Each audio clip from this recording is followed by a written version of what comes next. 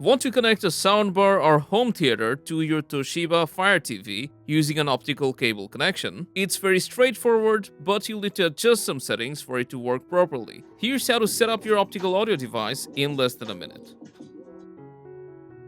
First of all, make sure you have the optical or TOSLINK cable for the connection. Now remove the cover from the top of the cable and let's plug it in first to our soundbar.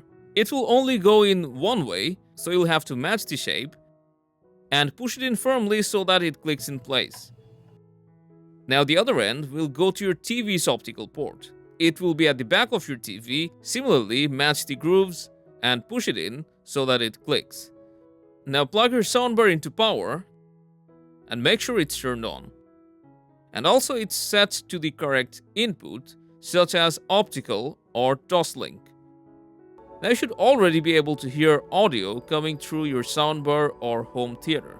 But the audio still may come out of your TV, or you may hear double sound. So to ensure there's no issues while using your soundbar through optical, you'll need to head to Settings, then Display and Sounds, go down to Audio Output, and make sure to turn off your TV speaker so that there's no double sound.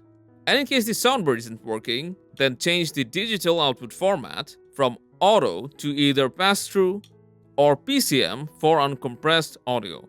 And don't forget that you'll need your soundbar or home theater's remote to be able to change its volume and mute or unmute it. And that's all there is to it. Hope you found this helpful. Enjoy!